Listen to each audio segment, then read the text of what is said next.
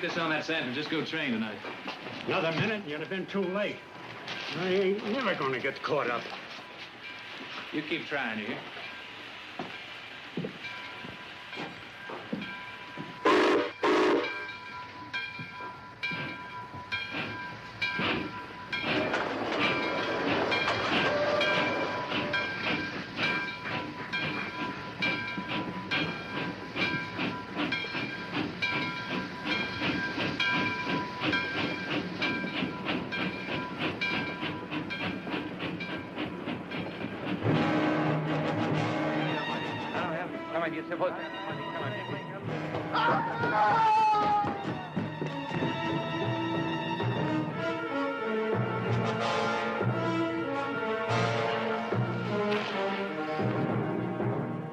Colonel Ashby.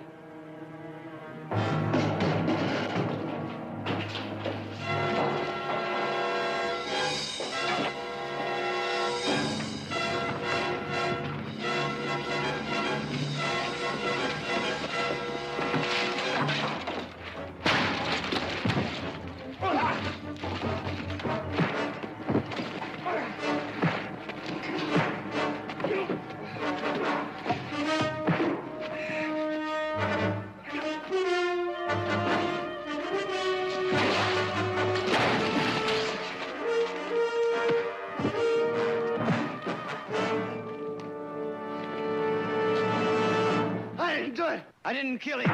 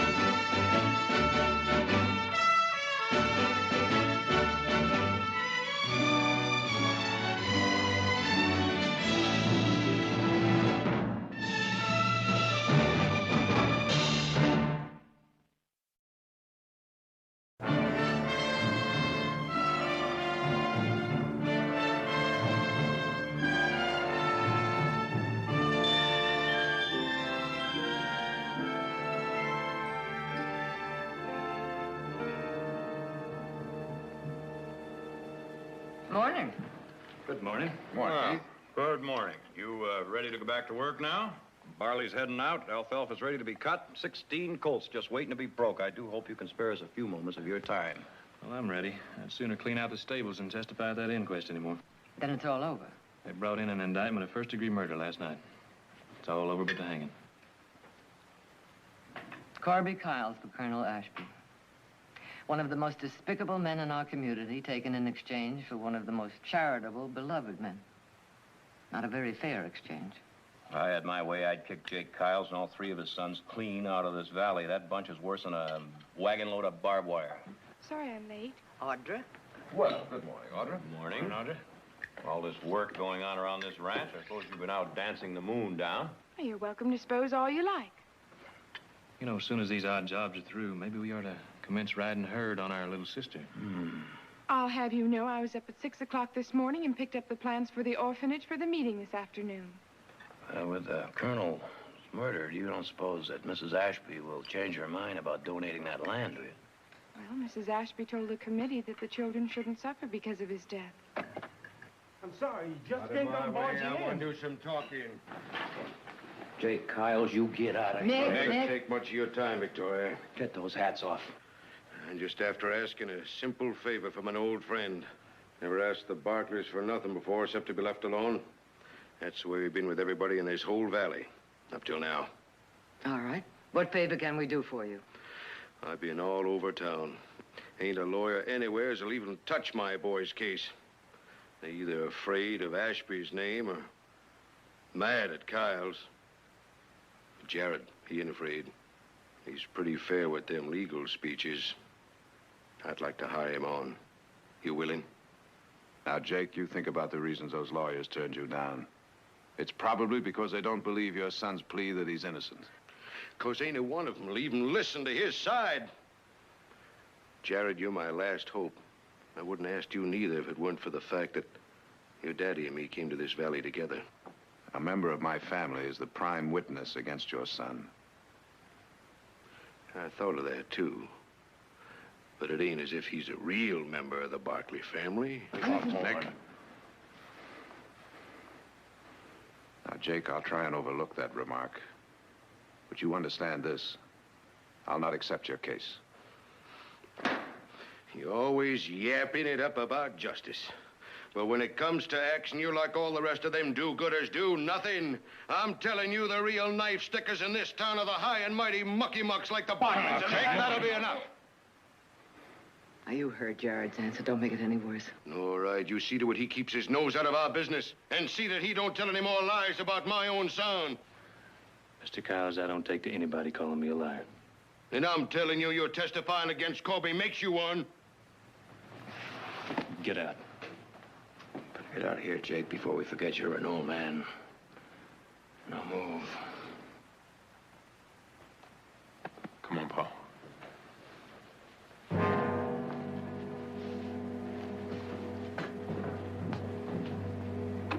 All right, let's finish breakfast.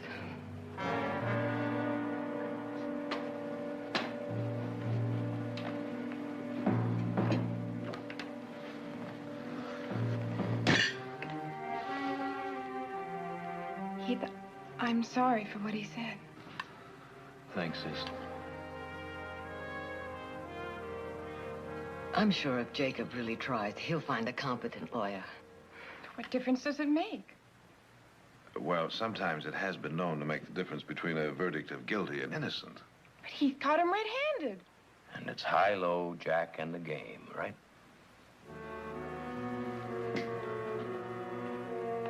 Right.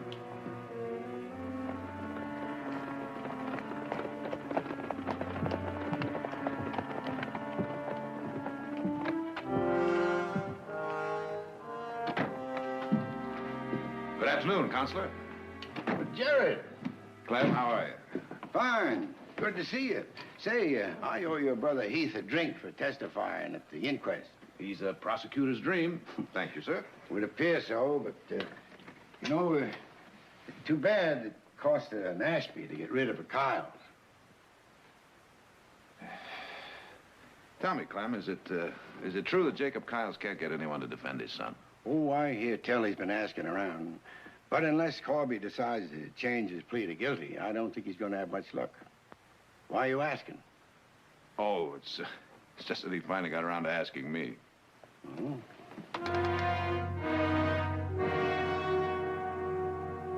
No, sir.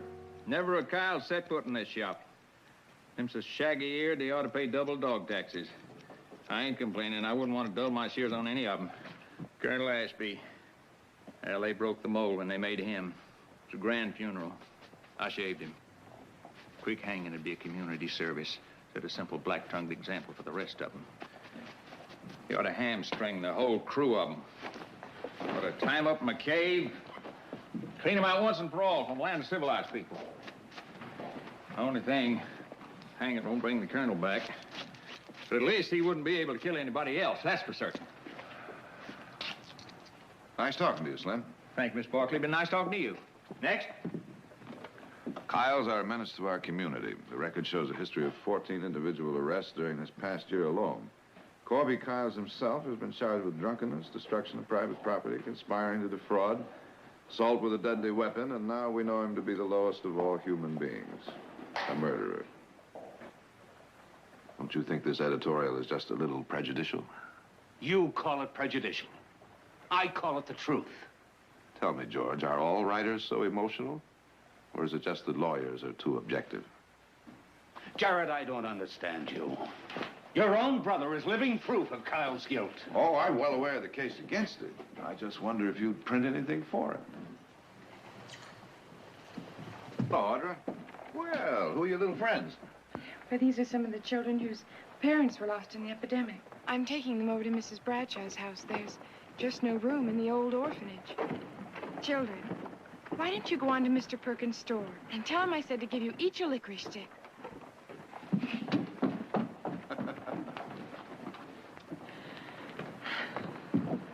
Jared? Hmm? about the Corby Kyles case. What makes you say that? Because I heard what you said to George Allison. Oh. Well, I just don't like it when a newspaper condemns a man before he's even been tried. After all, it might be one of my clients sometime. You're not thinking of changing your mind and taking the case. The last thing in this world I want to do is defend Corby Kyles. Anyway, that's nothing for you to be worried about. Yes, it is. How do you think Mrs. Ashby's going to feel about being associated in the orphanage with us if you defend the man who murdered her husband? Now, Audra, Corby Kyles might be guilty, but... Might be guilty? He saw him do it. That's proof enough. Jared, you've got to promise me you won't take the case. I'm sorry, honey. I can't make you that promise.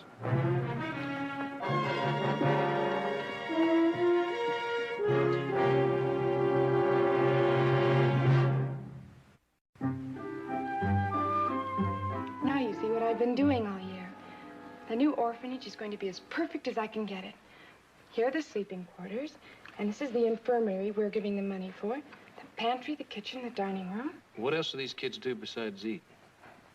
They wash and dry dishes. Well, I wouldn't think they'd have time between meals. Oh, don't you worry. They study harder than most children. All right, I'm sold. Anything I can do, you tell me.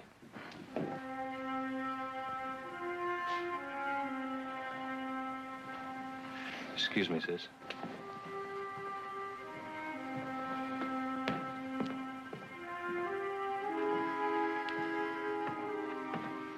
Well, you're home early. Town lost its charm. No, town's fine.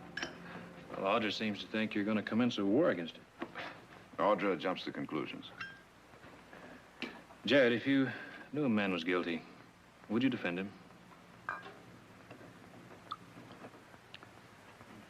Only to save his life by pleading for mercy.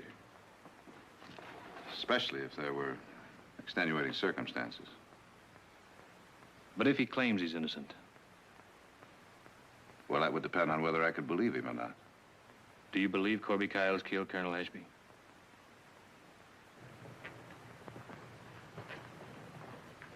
Heath, the more everyone hangs him in advance, the more I wonder about it. I saw him, Jared. You think I made it up? No, of course not. But you still think there's a possibility that Kyles didn't do it? At this moment, yes. There's a shadow of possible, but not probable doubt. Even though you sincerely believe you saw him do it. All right. Then I want to make it clear that you don't turn him down on my account. Thanks, Heath. But that's the cart before the horse. I haven't even talked to the party in question yet.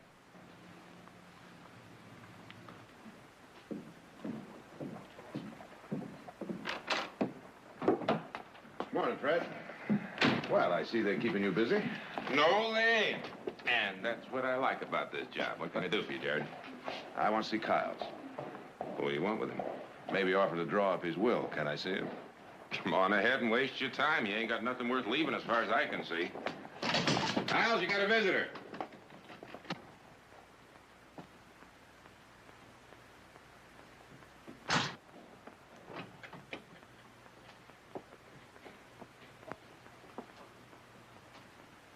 Well, looky here. A high and mighty Barkley has come to lord it over a poor old Kyles. Well, I didn't bow for your brother, and I ain't gonna bow for you, and I ain't gonna bow for nobody else in this coyote town. And I'll tell you something else, mister. I'm gonna gnaw your hanging rope into, and I'm gonna come and get you. And your brother, and that stinking sheriff, and everybody else that's a-crowing over me right now. You refuse to testify at the inquest. Does that mean you're going to plead guilty? I mean, what difference does it make? I ain't got no lawyer to prove otherwise.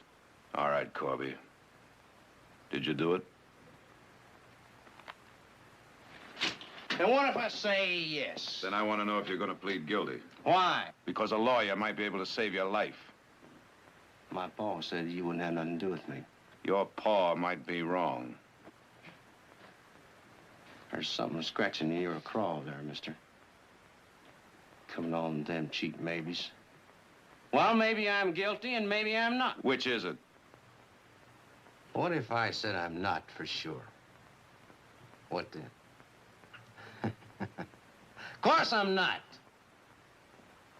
And I gotta got a good notion to tell the whole world about this town. It's full of tall, doggy stuffed shirts. They know what I'm around, good as the Kyles. And believe me, mister, I've seen both sides of it. Corby, if I thought you'd level. You Barclays, you ain't got enough to railroad me. So you come here to shut me up, huh? I came down here to consider your case. Now, if you don't want even that, then at least I've satisfied my conscience that I tried. Well, hold on a minute. Keep shirt on. I mean, hog, dog, or devil, I got to have me a lawyer.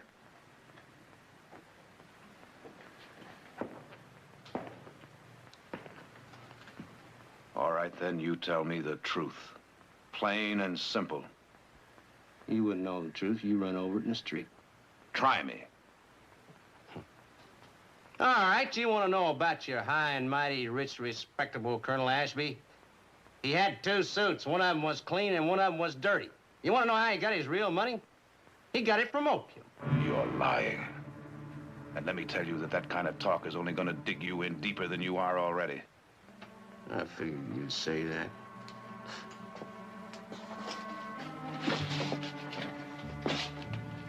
Colonel Ashby was the middleman for the whole of Central California. All I did was carry the stuff to the buyers like the Ipsu Tong. And that's what was going on back there in that alley. It was the payoff from the head Chinaman. It was one of them Chinamans that killed him, not me. Can you identify that Chinaman? No, I can't identify them. They all look alike to me. Like I told you, all I do is carry the stuff. The payoff comes direct.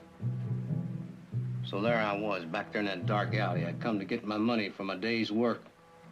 And I see Colonel Ashby, and I seen a man behind him. And so I yelled to the Colonel, "Look out, Colonel!" And he turned around, and that's when the Chinaman, he done it. So I go over to this poor man, and I pull a knife out of him, and I chase that Chinaman. And that's when your brother, he jumped me.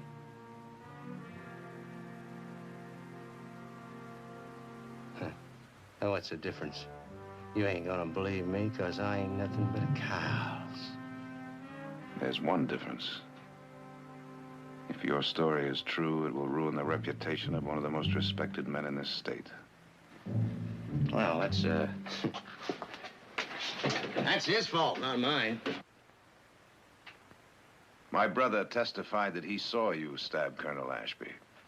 And I told you I didn't do it. He's seen a Chinaman, not me. And I swear that on my mother's grave.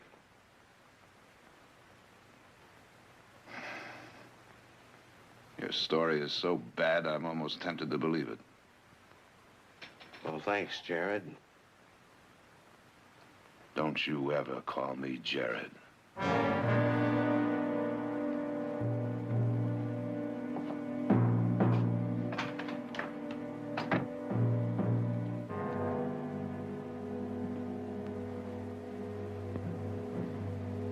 Nick?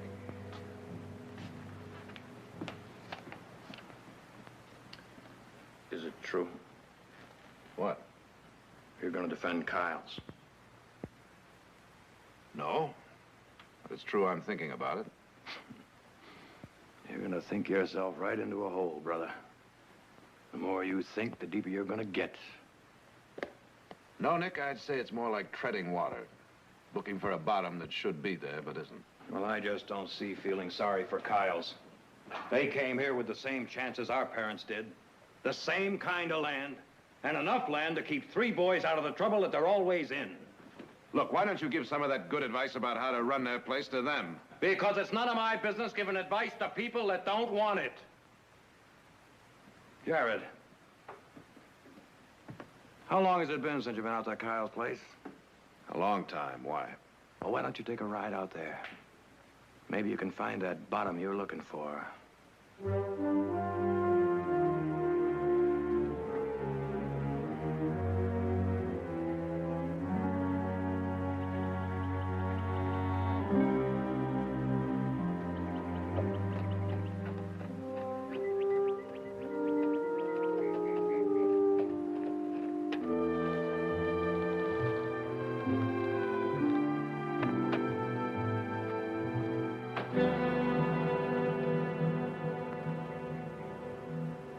morning, Jake. Right down, Barkley. I don't look up to folks when I talk. Doesn't bother me either way. Say your piece. Tell me, Jake, why do you let a good farm go like this? It's mine. Suits me. I'm a free man. Beholden to nobody. You figure the less work you do, the freer you are? You feeling extra proud because you got all your buildings covered in white paint? There's worms under that paint. Shoot. I knew the Barkleys when they was kind of dirty. And kind of neighborly. Let that be now.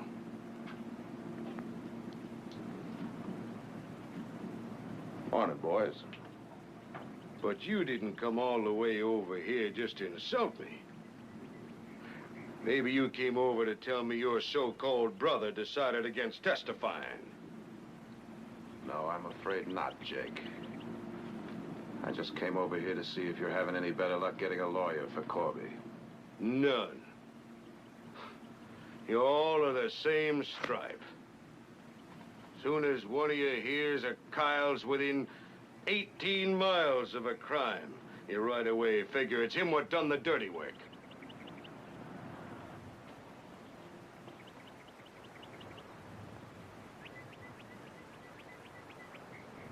Well, what would you say if they were within just a few feet, Jake? All right, boys, I want those silver conchas in my hand right now. You got them conchas, Emmett? No, Pa, I ain't got him. We were just standing here admiring his horse and saddle. Hey, there you go, accusing my boys. Well, now, suppose we take it on the evidence, Jake. Those silver conchas were on that saddle when I rode in here. Now they're gone. Well, now, that don't prove nothing. Hand them over. Get away from me. Let go! Let go of me! I didn't do it! I didn't do it!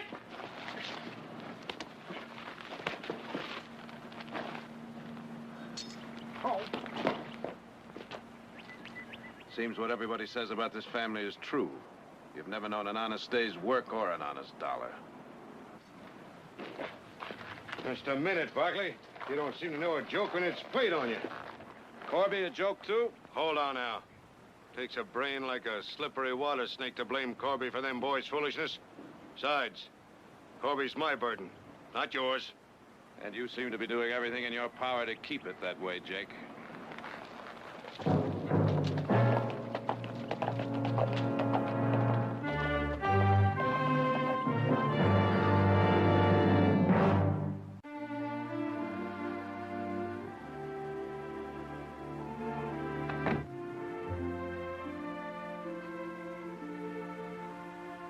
You know, I think I'd recognize that perfume in the middle of a desert sandstorm.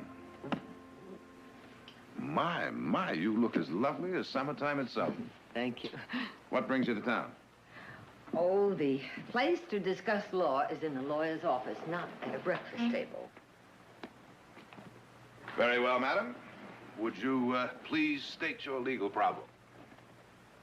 Jared, there's nothing in the law that says a lawyer has to defend any special person. I mean, a lawyer has the right to refuse the case if he so chooses.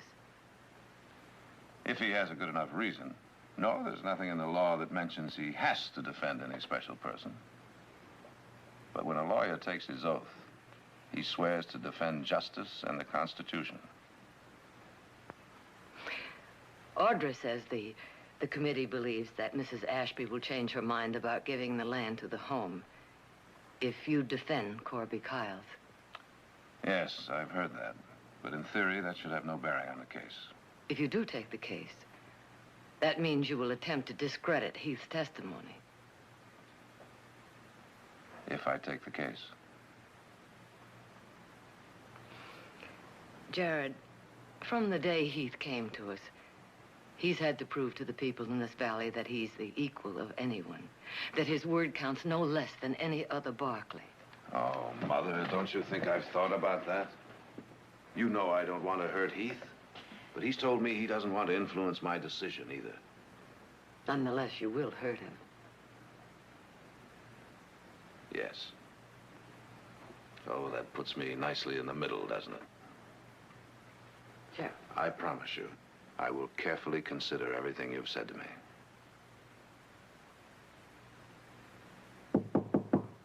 Sorry to interrupt, but I think you'd like to know that the judge requested Matt Cooper to defend Kyles, and Cooper agreed. Are you sure of that? Yes, sir. Well, amen to that problem. The usual tempest in the teapot, hmm? I'll see you at dinner. Well, I must say I admire your courage, Matt. Well, thank you, Mr. Barkley, but I'm not really sticking my neck out. You see, the judge promised to send a personal note to Mrs. Ashby explaining the court's position in having to assign a lawyer when the defendant couldn't get one, and my obligation to accept the assignment. Still, you could have found an excuse to get out of it. Well, since the judge protected my future, I was glad to get a chance at the experience. Well, I admire your honesty. Good luck, Matt. Mr. Barkley, losing this case, do you think that can hurt my career? Not if you do a good job. What makes you think you're going to lose it before you've even begun your preparation? Well, I talked to Kyles. He's guilty. You can see it in his eyes. He's a killer.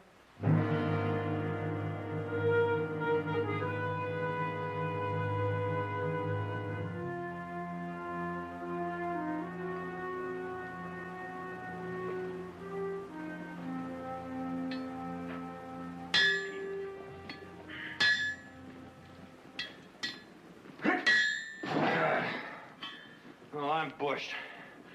You figure to work on that all night, do you? I want to get it fixed right. Sure you won't need any help.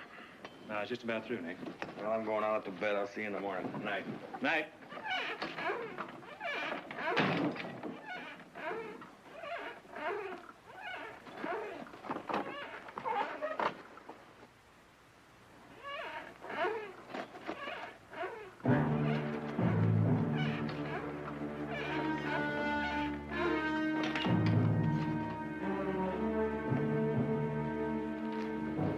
You better hold it right there, boy.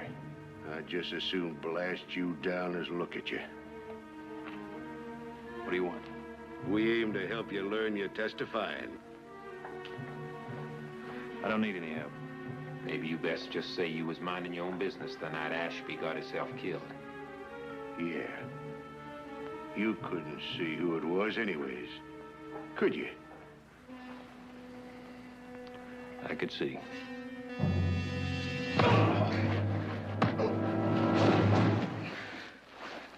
Just don't you tie in Corby Kyles with no knife, no alley, no killing. I caught Corby red-handed. You're wrong, mister. Maybe dead wrong. You don't want to get your family into trouble, do you? If it takes burning out that fancy house or if it needs killing cows, it'll be done. And that prissy sister of yours, she could easily end up on a boat to China, and it's a long, long way back.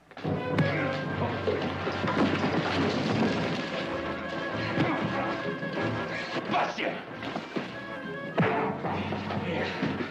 Hit him again, Allie.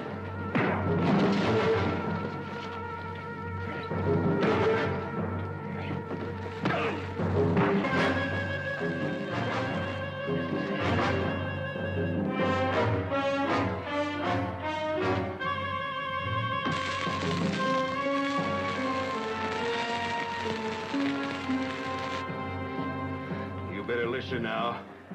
Get it right. You testify the wrong way, and we'll come back and put this brand so it'll mark you for life.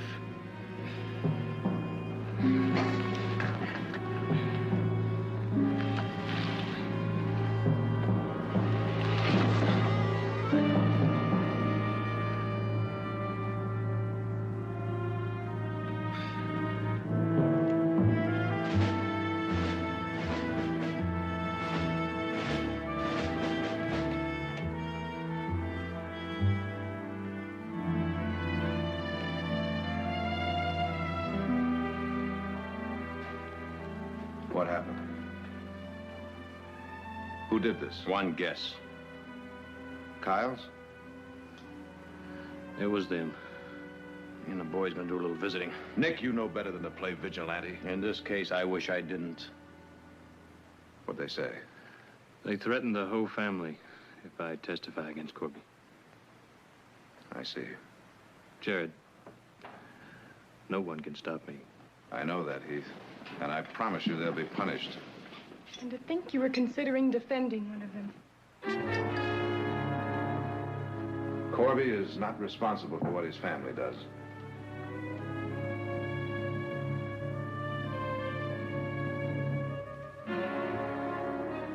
I'm taking the case. You can't. No! I thought Matt Cooper... He was. But what chance does a man have when his own lawyer is convinced he's guilty?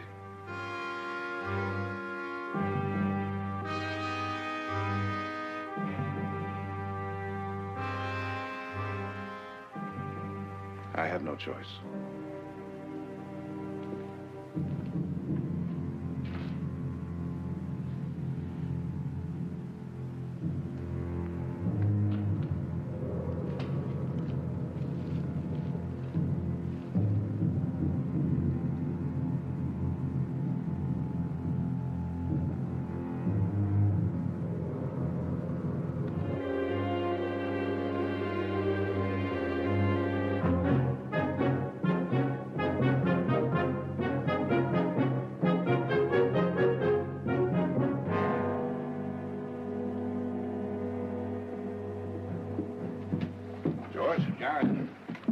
Tell me why one of our leading lawyers has taken it upon himself to go against the best interests of the town, his family, and himself?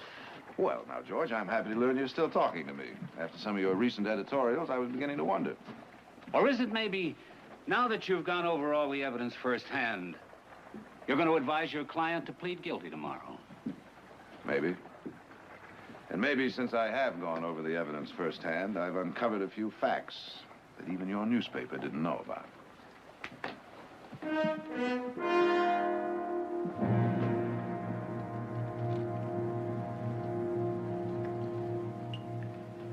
Here's to success.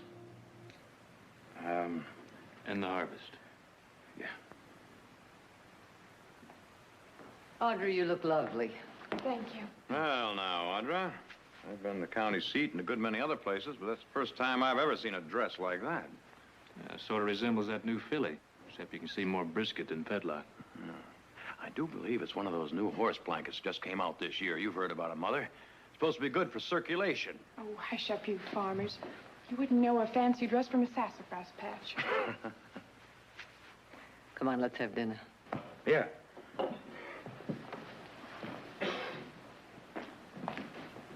Any word from Jared? No, not a word. Wonder where he is. Excuse me, Mr. Nick, but Mr. Luke told me to tell you the time has come. Oh, Cedar Bun's coming full. Excuse me. You're going to hold her hoof, Nick? Something like that. Well, I'll bring you a roast beef sandwich. Thanks, Heath. Nick, Karen. Sorry I'm late. Sharon? Audra.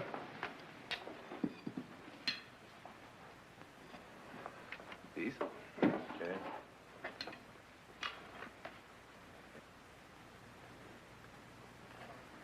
Well, I take it it's true. Mrs. Ashby's back down. And I can't really blame her. So I guess there'll be no new orphans home until we find a new piece of land. Audra, I guarantee you'll have it. No, it isn't just the land or even the money. It'll take another year to reorganize, and that's another year out of those children's lives. Honey, it won't be that long. I'll help that committee speed things up every way I can. And until then, believe me, I'm sorry. Jared, maybe it isn't your fault. Maybe it's just the times that we live in that allow children to suffer so much. Well, whatever it is, I hate it. Audra. Jared.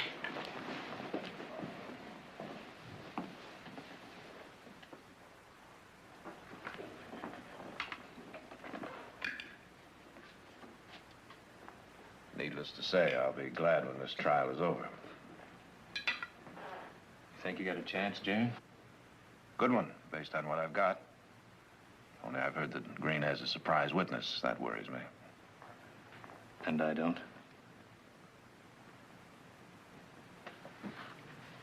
Heath, you understand that when a lawyer takes a job, he does it any way he can. No holds barred. So that means if you can, you're going to turn me upside down and inside out. That's what it means. I'll be ready for you.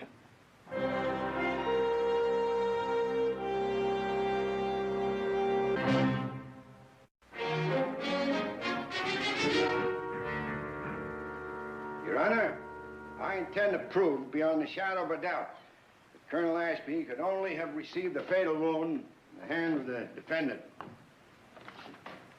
Now, Mr. Kiles, when questioned by Mr. Barkley, you stated that this here knife is your personal property.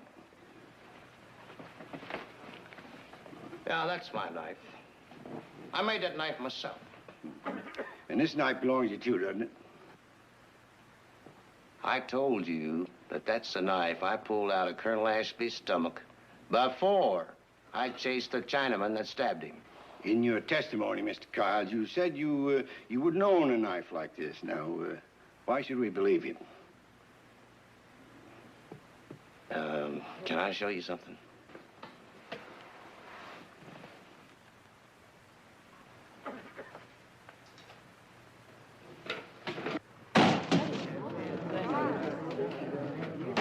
Order. Order. Order in this courtroom. Now, do you think I'd own an off-breed toad sticker like that thing there? I want no more such demonstration in this courtroom, Mr. Kiles. Satisfy yourself with answering the questions. Well, yes, sir, Judge. I'll answer them. That'll be all, Mr. Kiles. Witness dismissed. I'll call your next witness, Mr. Barkley. Your Honor, I'd like to call Mr. Asa Harmon to the stand, please. And Mr. Harmon, would you state your occupation, please? I'm a special detective employed by Senator Harrison's investigating committee. And how long have you been so involved? Just a little over 6 months. What is the purpose of your investigation? Legislative restrictions on the importation and sale of harmful drugs. All right, Mr. Harmon, would you tell us, please, what you know of the connection between Colonel Ashby and Corby Kiles? Kiles worked for Colonel Ashby. Colonel Ashby was a member of a ring distributing opium to tongs here and in San Francisco. Order in this court. Continue, Mr. Barkley. Mr. Harmon, are you saying that Colonel Ashby, a man of spotless reputation, was involved in the narcotics traffic? Now, he was more than just involved. Colonel Ashby was one of the prime movers. And according to your information, how long was he involved in this trade? Objection! You'll not make murder any less repugnant by maligning and slandering the good name of the victim, who's not here to defend himself. Your Honor, I am merely trying to establish the victim's true occupation in order to show that there might be others with stronger motives to have committed this crime. Now, I deeply regret bringing out this sordid background. However, I am sworn to defend my client by all possible means. Objection overruled. Please answer the question, Mr. Harmon. How long was he so involved? We have records showing that Colonel Ashby has been involved in the narcotics trade for over a period of 20 years. Then it is credible to believe that he may have made an arrangement to meet somebody else, possibly a member of the Tong, in the alley that night. Yes, sir, I would say so. Now, Mr. Harmon, would you tell us, please, what you've been able to find out about the narcotics traffic and how it operates? Yes, sir. Stuff is imported into this country, diluted, repackaged, and then distributed to various cities and communities. The original investment pays off at about 1,000% profit. The addict becomes a virtual slave to his supplier. Congress is presently working on legislation which will make the public sale of harmful drugs illegal. You tell him, Father, you tell him. Order.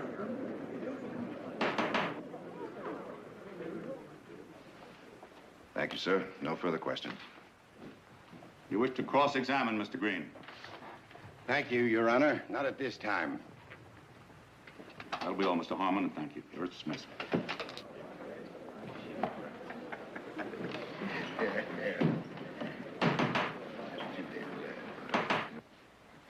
Are you ready to call your next witness, Mr. Barkley?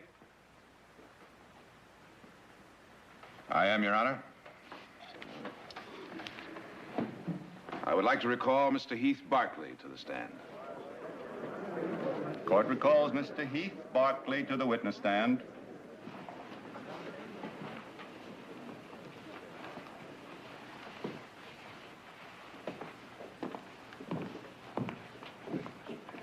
Mr. Barkley, you're aware that having been sworn in before, you're still under oath to tell the truth? Yes, sir. Be seated.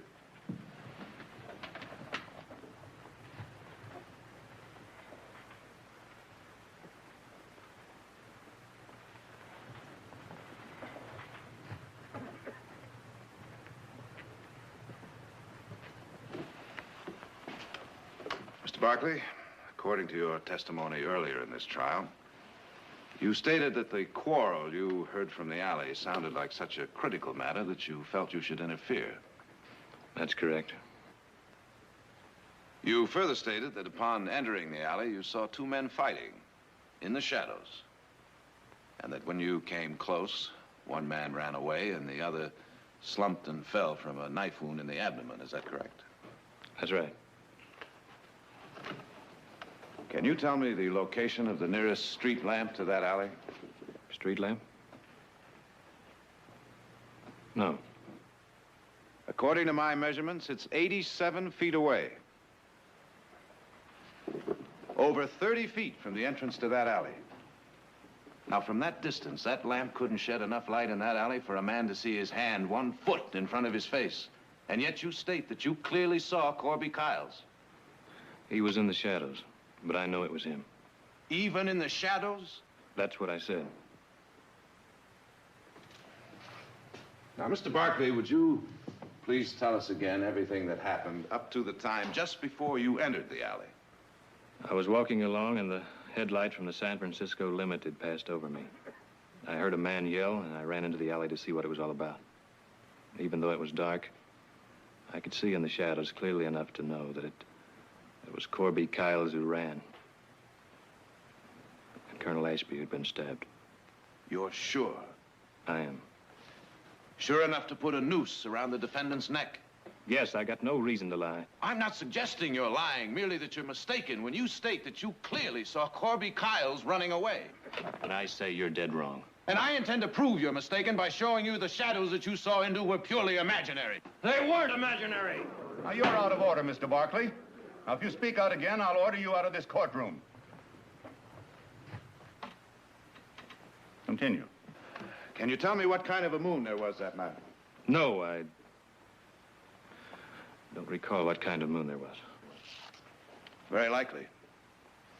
Your Honor, I hold here in my hand a newspaper, which I'll submit later in evidence, which clearly states that there was no moon that night.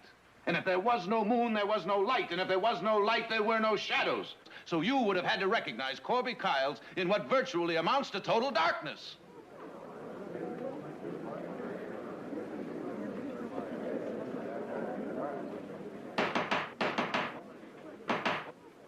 Now, I submit to you that this is really what happened. From the sounds you heard in the alley, it was clear to you that somebody had stabbed Colonel Ashby and run away. Now, you chased after that man in the total darkness, and you stumbled on Corby Kiles. And putting his reputation together with what had happened in the alley, you assumed that it was Corby who had done the stabbing. Now, having assumed that much, your imagination took you one step further. It led you to believe that you saw more in that dark alley than it was humanly possible to see. Now, I'm going to ask you one more time. Are you absolutely sure it was Corby Kiles you saw and that it could not have been somebody else?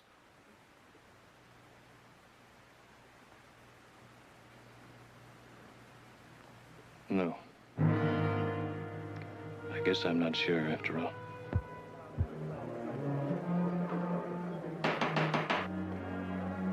That'll be all.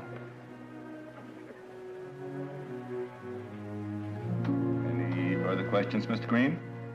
None, Your Honor.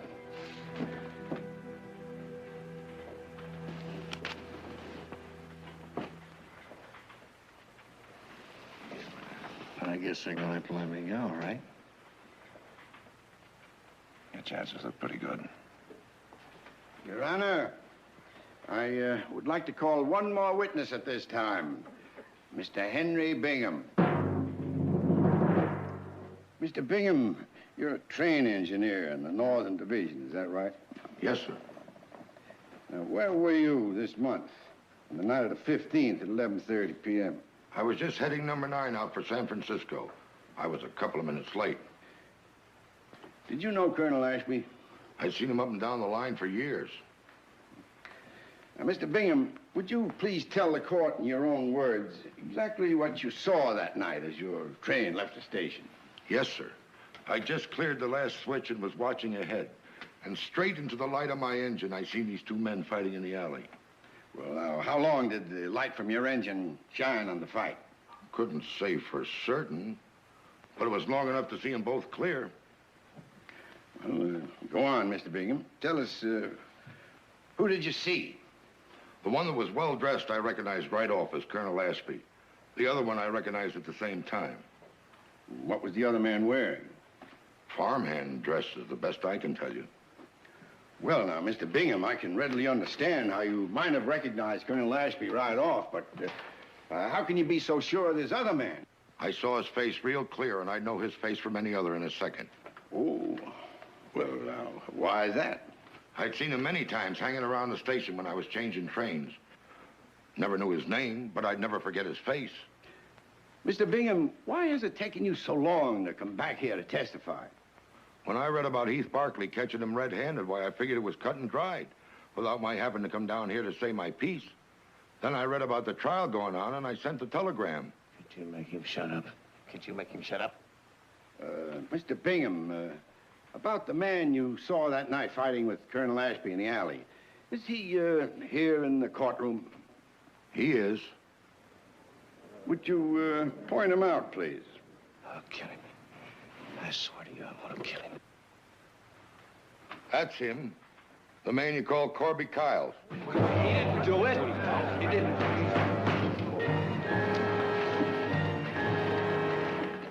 What do you mean? You couldn't have seen me? I mean, nobody could have seen me do it. No, nobody could have seen me do it, huh?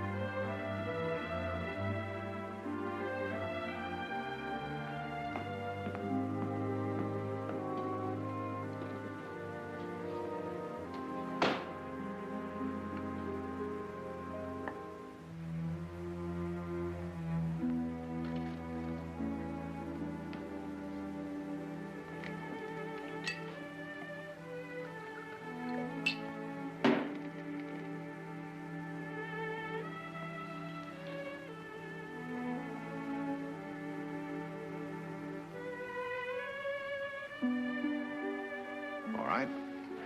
I'd like to propose a little toast. Here's to Big Brother, who it seems is capable of making one of the biggest mistakes possible. Audrey, do you know what mistake he's talking about? No, I don't. Maybe you know, Nick. Beats me. Mother, do you know what mistake Jared's talking about? I haven't the faintest idea. Well, Jared, how about dinner? Dinner? Well, it's almost 10 o'clock. You mean you haven't eaten yet? My family's not about to have dinner tonight without you.